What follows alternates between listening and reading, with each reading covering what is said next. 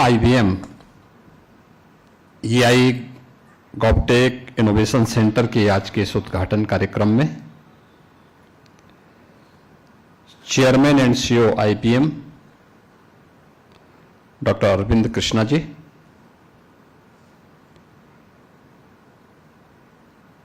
IBM India के general manager Shriram Raghavan ji, managing director IBM India Shri Sandeep Patel ji, vice president IBM Shri Vishal Chahal ji, CEO state transformation commission UP Shri Manoj Kumar Singh ji, adviser Uttar Pradesh सरकार Shri Awanish Kumar Awasthi ji, IITC उत्तर प्रदेश सरकार से दीपक कुमार जी,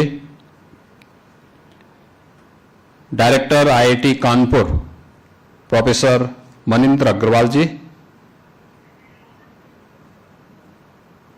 उत्तर प्रदेश सरकार के IT एंड इलेक्ट्रॉनिक्स के प्रिंसिपल सेक्रेटरी श्री अनुराग यादव जी, आज के इस कार्यक्रम में उपस्थित IBM इंडिया से जुड़े हुए सभी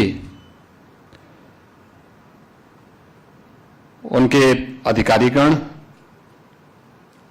उत्तर प्रदेश सरकार के हमारे अधिकारीगण और उपस्थित बहन और भाइयों, मैं सबसे पहले यहां पर जो MOU संपन्न हुए हैं उत्तर प्रदेश सरकार के IT एंड इलेक्ट्रॉनिक्स विभाग के साथ IBM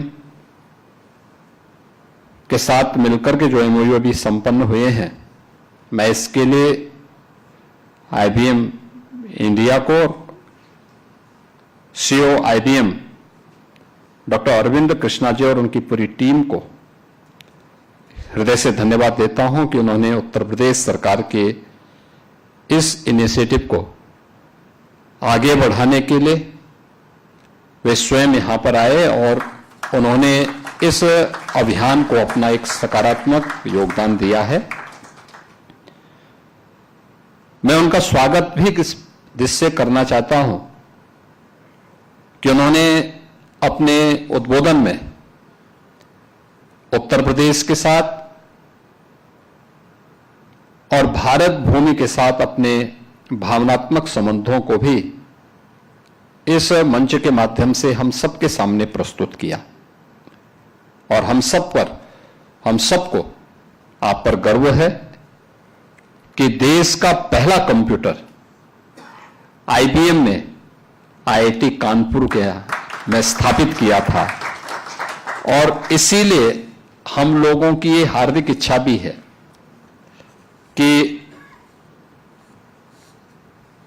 आज प्रधानमंत्री मोदी जी के विजनरी लीडरशिप में भारत ने समग्र विकास की एक नई आधारशिला रखी है। इंफ्रास्ट्रक्चर का हो या फिर आज के डीप टेक के क्षेत्र में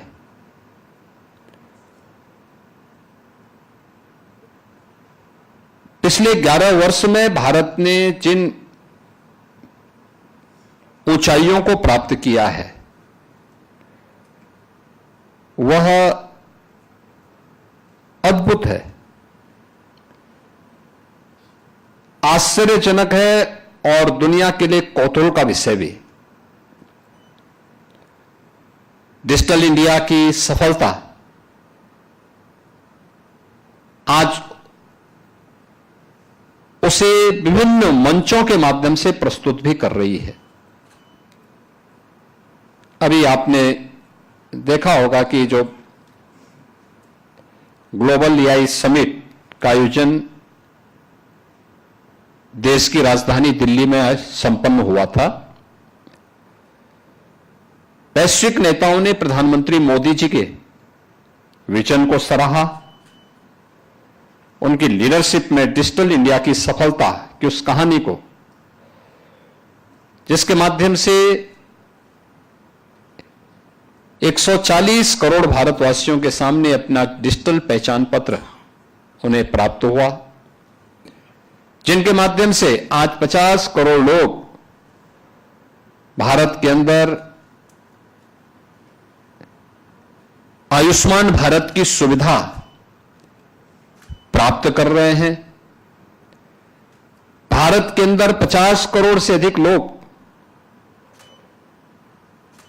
परिवार देश के अंदर अपने अकाउंट को खोल करके डीबीटी के माध्यम से शासन की पारदर्शी बैंकिंग सुविधा का लाभ और शासन की योजनाओं का लाभ प्राप्त करते हुए दिखाई देते हैं। यानी ये सभी प्रकार की सफलताएं कल ही प्रधानमंत्री मोदी जी के मार्गदर्शन में हम लोगों ने गौतम बुद्ध नगर जनपद में प्रदेश की पहली सेमीकंडक्टर यूनिट का आधारशिला भी रखी है। मुझे गत वर्ष आईआईटी कानपुर में जाने का अवसर प्राप्त हुआ था और आईआईटी कानपुर में जाकर के डीप टेक पर आधारित उस कॉन्फ्रेंस में मुझे भाग लेने का अवसर प्राप्त हुआ था। आईआईटी कानपुर से आपका पुराना संबंध है और आईआईटी कानपुर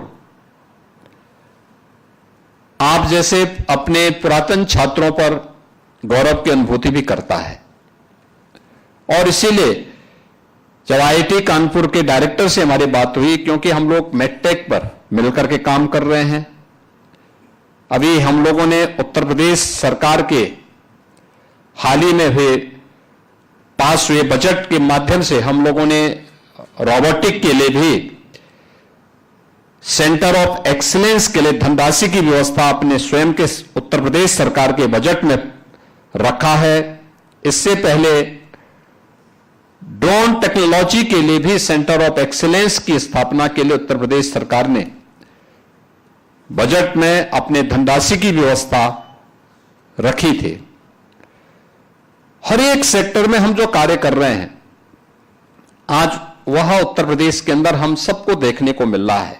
भारत की सबसे बड़ी आबादी का राज्य जिस तेजी के साथ आगे बढ़ा है, उसमें प्रत्येक सेक्टर में आज यूपी का इंफ्रास्ट्रक्चर हो, टेक्नोलॉजी का बेहतर उपयोग करते हुए उत्तर प्रदेश के अंदर प्रत्येक तबके के लोगों के बारे में मैंने अभी हाल ही में विधानसभा सत्र के दौरान 2 उदाहरण दिए थे। टेक्नोलॉजी का बेहतर उपयोग करके या एक टूल्स का उपयोग करते हुए कैसे हम एक आम नागरिक के जीवन में परिवर्तन ला सकते हैं, इसके कुछ उदाहरण भी प्रस्तुत किए थे।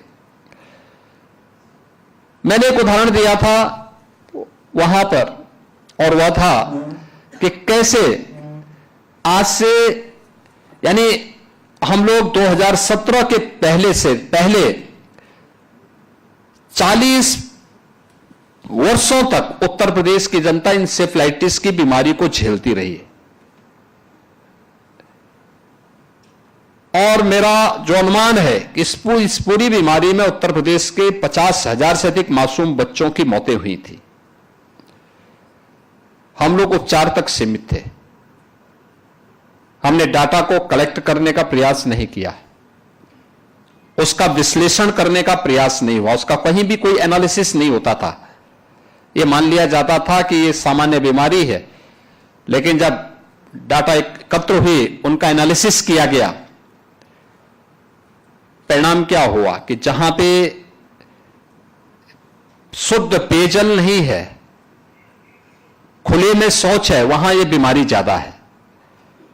और डबल इंजन की सरकार ने प्रधानमंत्री मोदी जी के नेतृत्व में स्वच्छ भारत अभियान और जल जीवन मिशन के अंतर्गत हर घर नल की योजना को जब प्रभावी ढंग से क्रियान्वित किया, आज मुझे बताते हुए प्रसन्नता है कि उत्तर प्रदेश में इंसेफ्लाइटिस पूरी तरह समाप्त हो चुकी है। अब इंसेफ्लाइटिस से कोई मौत नहीं होती है। यानी कैसे एआई अंतिम पायदान पर बैठे हुए व्यक्ति के जीवन में परिवर्तन ला सकता है, यह हेल्थ के सेक्टर में हम लोगों ने यहां पर देखा है। दूसरा उदाहरण एजुकेशन में ड्रॉप आउट रेट के बारे में था। हम लोग अक्सर इस बात को मानते थे, लोग बोलते थे कि स्कूल दूर होने के कारण बेटी स्कूल नहीं जा पाती। परिणाम क्या था? हर गांव में स्कूल खोल दिए गए। गांव में स्कूल हो गया, तब भी स्कूल कोई भेजने को तैयार नहीं। हमें मेहनत करनी पड़ती है, मशक्कत करनी पड़ती है। हम उस ड्रॉप आउट रेट को कम करने की बजाय उसको बढ़ाने की ओर गए, क्योंकि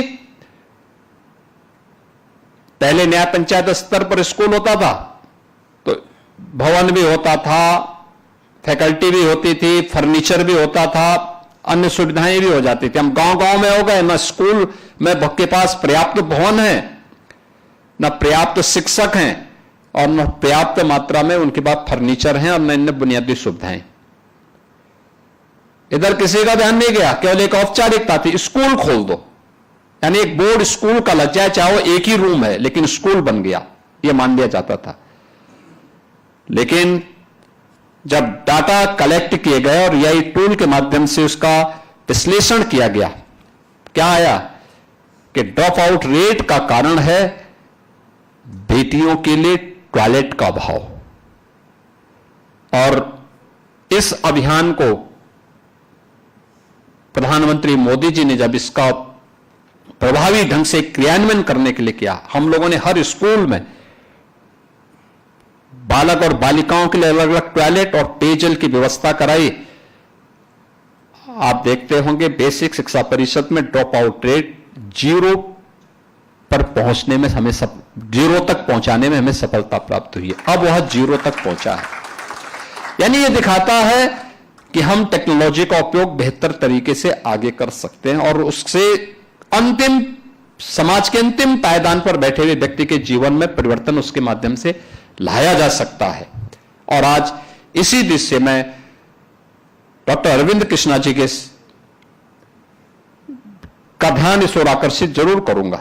एक हमारी सरकार ने तय किया है लखनऊ को एआई सिटी के रूप में डेवलप करने के लिए, और उस एआई सिटी को डेवलप करने की दिशा में कैसे हम आगे बढ़ सकते हैं, यह आईबीएम इसमें हमारे साथ सहयोग करेगी, तो हमें इसको तेजी के साथ क्रियान्वित करने में मदद मिलेगी। दूसरा, क्वांटम कंप्यूटिंग के लिए मेरा यह मानना है कि उत्तर प्रदेश की दावेदारी मजबूत है, और मजबूत इसलिए है क्योंकि देश का पहला कंप्यूटर आईबीएम ने ही आईआईटी कानपुर में स्थापित कराने में योगदान दिया था, और आज उस दिशा में हम लोग आगे बढ़ रहे हैं। धनराशि आज के दिन पे कोई मायने नहीं रखती। हमने मेडटेक के लिए आईआईटी कानपुर के साथ मिलकर सहयोग किया, और मेरा मानना है हम लोग आईआईटी कानपुर के साथ भी काम कर रहे हैं। वर्तमान में लगभग 7 सेंटर ऑफ एक्सीलेंस अलग अलग फील्ड के उत्तर प्रदेश के अंदर कार्यरत हैं, और बहुत अच्छी उनकी प्रोग्रेस है, बहुत अच्छा काम कर रहे हैं। लखनऊ में हेल्थ में एसजीपीजीआई बहुत अच्छा कार्य कर रहा है, आईआईटी कानपुर बहुत अच्छा कार्य कर रहा है। मेरा मानना है क्वांटम कंप्यूटिंग के लिए आईबीएम के लिए भवन देने के लिए आईआईटी कानपुर नोएडा वाले कैंपस में सहयोग करने को तैयार है। उत्तर प्रदेश सरकार इसमें इनिशिएटिव लेकर के सहयोग करने को तैयार है। आईबीएम तैयार हो, तीनों मिलकर के तैयारी करें, तीनों मिलकर के इस इनिशिएटिव को आगे बढ़ाएंगे। जो क्वांटम कंप्यूटिंग का एक कार्यक्रम उत्तर प्रदेश से प्रारंभ होकर के जो डीप टेक के लिए जो आज प्रधानमंत्री जी का विजन है, उसको हम आगे बढ़ाने की दिशा में, उस दिशा में एक नए अभियान को ले जाने में सफल होंगे। मैं एक बार फिर से IBM के chairman and CEO doctor Arvind Krishna ji का हृदय से धन्यवाद देता हूं कि वो विशेष रूप से उन्होंने ग्लोबल AI समिट में भाग लेने के बाद या उस कार्यक्रम में उसके साथ ही आज विशेष रूप से लखनऊ में आए हैं और लखनऊ को उन्होंने जो IBM इंडिया की टीम ने यहां पर हमारे सामने पहले इस बात को आश्वस्त किया था कि हम इस कार्यक्रम को आगे बढ़ाएंगे। अभी उनके 200 इंजीनियर हैं और इसकी क्षमता को वह 2000 तक पहुंचाने का आश्वासन दिए हैं। उत्तर प्रदेश सरकार इस दिशा में अपना पूरा सहयोग उनके साथ सदैव करेगी और मैं एक बार फिर से आप सबका हृदय से धन्यवाद देता हूं कि उत्तर प्रदेश को डीप टेक के क्षेत्र में अग्रणी राज्यों में स्थापित करने की दिशा में जो प्रयास चल रहे हैं उस प्रयास में आपका सहयोग हमारे लिए एक महत्वपूर्ण होगा। मैं आप सबका हृदय से धन्यवाद करता हूं। बहुत बहुत धन्यवाद। Thank you, Mukhyamantri ji, for your leadership and vision. We are deeply grateful for your presence today. Before we conclude the session, I would like to invite Vishal Chahal,